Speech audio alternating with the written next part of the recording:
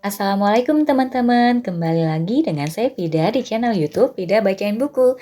Apa kabar? Mudah-mudahan selalu baik, sehat, dan berbahagia. Amin. Teman-teman, kali ini kita akan melanjutkan membaca buku sejarah dunia kuno. Saat ini kita akan memasuki bagian 1. Tanpa perlu berlama-lama, mari kita mulai. Bismillahirrahmanirrahim, bagian 1. Masa permulaan sejarah. Bab 1. Asal-usul kerajaan. Tak jauh di sebelah utara Teluk Parsi, pada masa yang sangat silam, orang Sumeria menemukan bahwa kota memerlukan penguasa. Beribu-ribu tahun yang lalu, Raja Sumeria Alulim memerintah Eridu, sebuah kota bertembok, sebuah kawasan yang dikeruk pada lembah sungai yang keras dan tak terduga, yang kemudian akan disebut Mesopotamia oleh orang Romawi. Naiknya Alulim ke tahta kekuasaan menandai mulainya peradaban, dan masa pemerintahannya berlangsung hampir 30.000 tahun. Orang Sumeria yang hidup di suatu dunia di mana yang adikodrati dan yang terkait dengan materi belum ditempatkan pada kedua sisi lorong yang berbeda, tentu tidak akan tersedak dengan bagian akhir dari kalimat itu. Di pihak lain, mereka tentu akan merasa bahwa penempatan Alulim pada awal mula peradaban sangat sulit diterima. Dalam pikiran mereka, mereka sudah dari semula berperadaban. Tahta kerajaan Alulim yang dicatat di dalam daftar Raja Sumeria, mungkin catatan sejarah tertua di dunia. Turun dari surga dan sudah dalam keadaan sempurna ketika turun ke bumi. Namun, bila memandang ke belakang, kita melihat naiknya raja pertama dalam suatu perspektif yang berbeda. Itu adalah suatu perubahan sejati dalam kondisi manusia. Awal dari suatu hubungan yang sama sekali baru antar bangsa, daerah mereka, dan pemimpin mereka. Kita tidak dapat menetapkan tanggal kekuasaan Alulim karena ia tidak disebut dalam satu dokumen manapun lainnya, dan karena kita tidak mengetahui seberapa tua daftar Raja Sumeria itu sendiri. Daftar itu dipahat pada papan tanah liat pada suatu saat setelah 2100 sebelum Masehi. Tetapi di dalamnya tentu terkandung suatu tradisi yang jauh lebih tua. Yang lebih lagi, kronologi yang disajikan oleh daftar Raja Sumeria tidak sejalan benar dengan masa lampau seperti yang kita kenal. Setelah tahta kerajaan turun dari surga, demikian tutur daftar raja itu. Alulim berkuasa sebagai raja selama 28.000 tahun. Ahli warisnya, Alalgar berkuasa selama 36.000 tahun. Panjangnya masa kekuasaan ini mungkin mengisyaratkan bahwa kedua raja itu adalah setengah dewa yang diangkat lebih dari mitologi daripada sejarah. Atau mungkin hanya sekadar menyatakan bahwa Alulim dan ahli warisnya memerintah untuk waktu yang sangat panjang. Menurut orang Sumeria, terdapat 8 raja yang berkuasa sebelum bencana hebat dalam sejarah Sumeria terjadi dan air bah melanda seluruh daerah.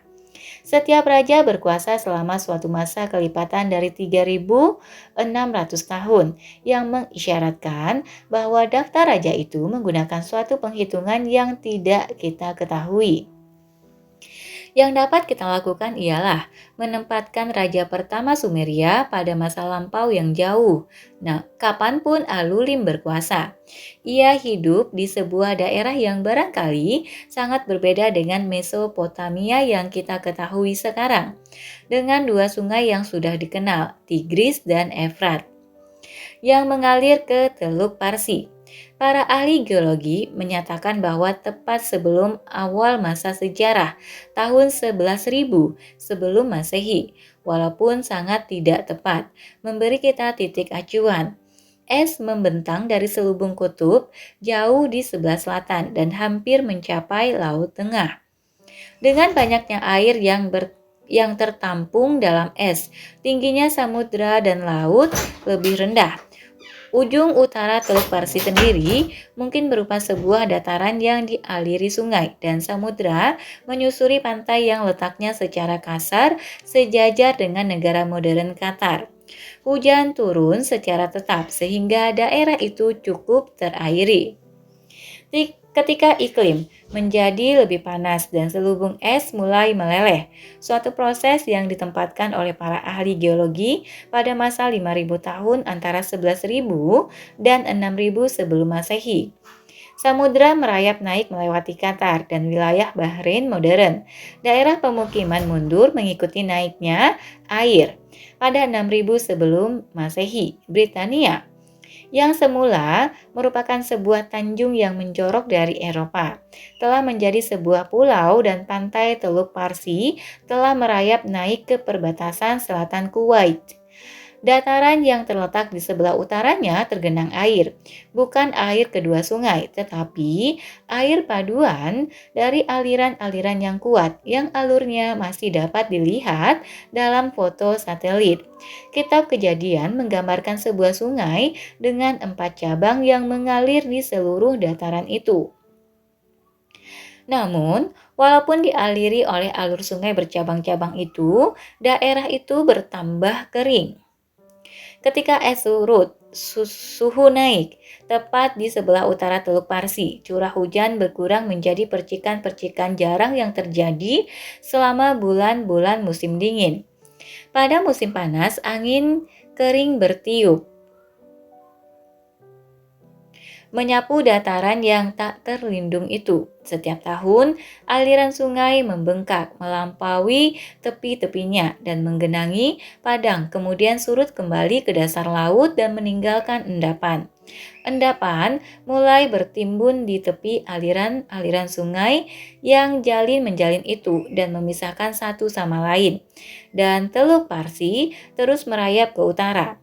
Orang-orang yang tinggal di dataran sebelah selatan yang terdekat dengan Teluk Parsi mempertahankan hidup dengan mengais-ngais suatu lingkungan alam yang berubah-ubah dan tak terduga.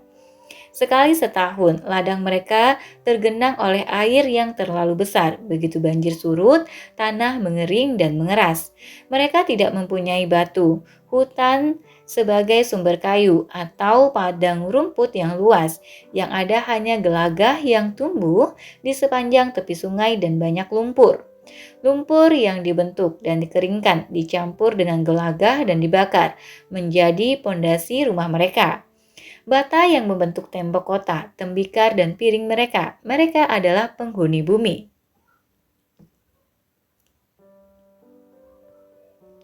Bahasa yang digunakan oleh para pemukim itu bahasa Sumeria. Tampaknya tidak terkait dengan satu bahasa manapun lainnya di dunia. Tetapi pada waktu orang Sumeria mulai menulis, bahasa mereka dibumbui kata-kata dari sebuah bahasa lain. Kata-kata Sumeria dibentuk atas dasar suatu akar yang terdiri dari suku kata. Tetapi lusinan kata dari inskripsi yang paling tua memiliki akar dua suku kata yang tidak lazim.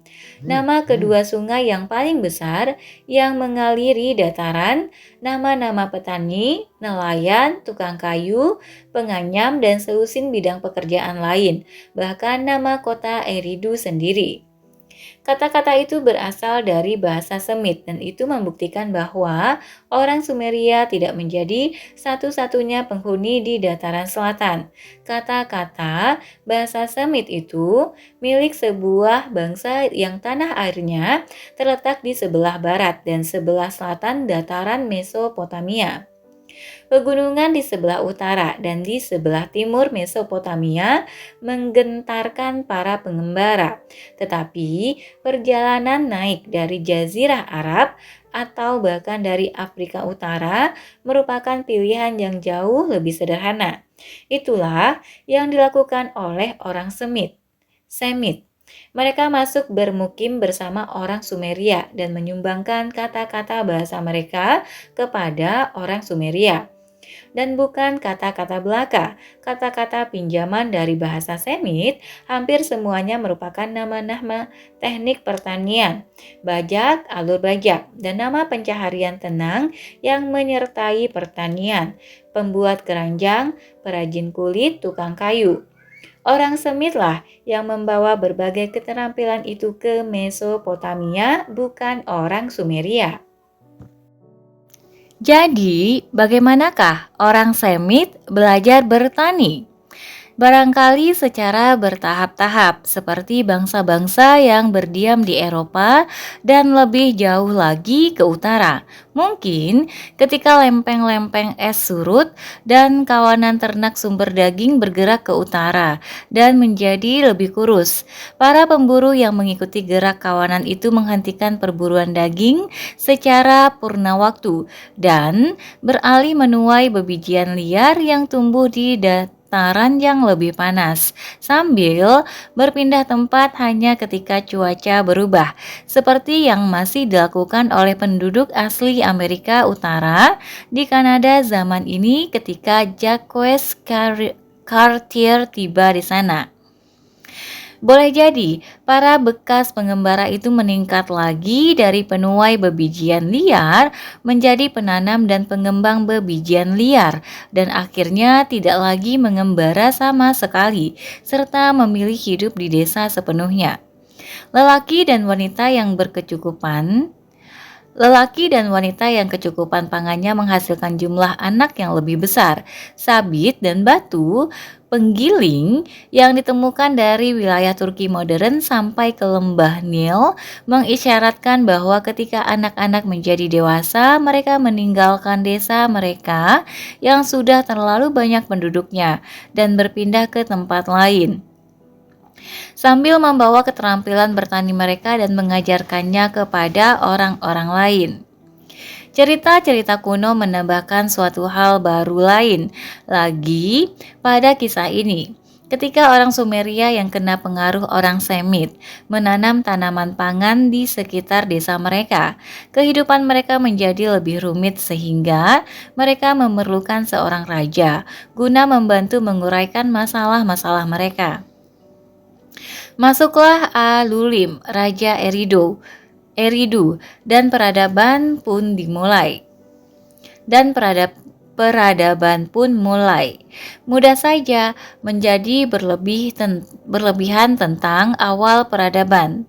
Bagaimanapun, peradaban adalah sesuatu yang memisahkan kita dari kekacauan. Kota yang berperadaban memiliki tembok yang memisahkan jalan-jalan yang teratur dari padang belantara di luarnya. Peradaban, seperti yang dijelaskan ahli arkeologi Stuart Piggott dalam kata pengantar untuk telaah klasik Sumer kuno Max Mallowan, adalah hasil dari suatu ketidakpuasan penuh keberanian terhadap status quo. Secara sporadis, tulis Piggott, muncullah bangsa-bangsa yang menemukan kepuasan dan kelegaan dalam inovasi dan perubahan, bukan dalam ketaatan kepada tradisi. Kalangan-kalangan yang melakukan pembaharuan itu adalah mereka yang dapat kita golongkan sebagai pendiri peradaban. Sesungguhnya, peradaban tampak sebagai hasil dari suatu dorongan yang lebih dasar, memastikan bahwa tak seorang pun merebut terlalu banyak makanan atau air. Peradaban berawal di sabit subur, bukan karena itu adalah suatu tempat bagaikan Firdaus yang melimpah sumber daya alamnya, tetapi karena kawasan itu sedemikian keras perlawanannya terhadap pemukiman sehingga sebuah desa, seberapapun ukurannya, memerlukan pengelolaan yang cermat agar tetap bertahan. Para petani harus bekerja sama untuk membangun saluran dan bak penampung yang diperlukan untuk menyimpan air dari banjir. Seseorang perlu menegakkan pelaksanaan kerjasama itu dan mengawasi pembagian adil air yang jumlahnya terbatas.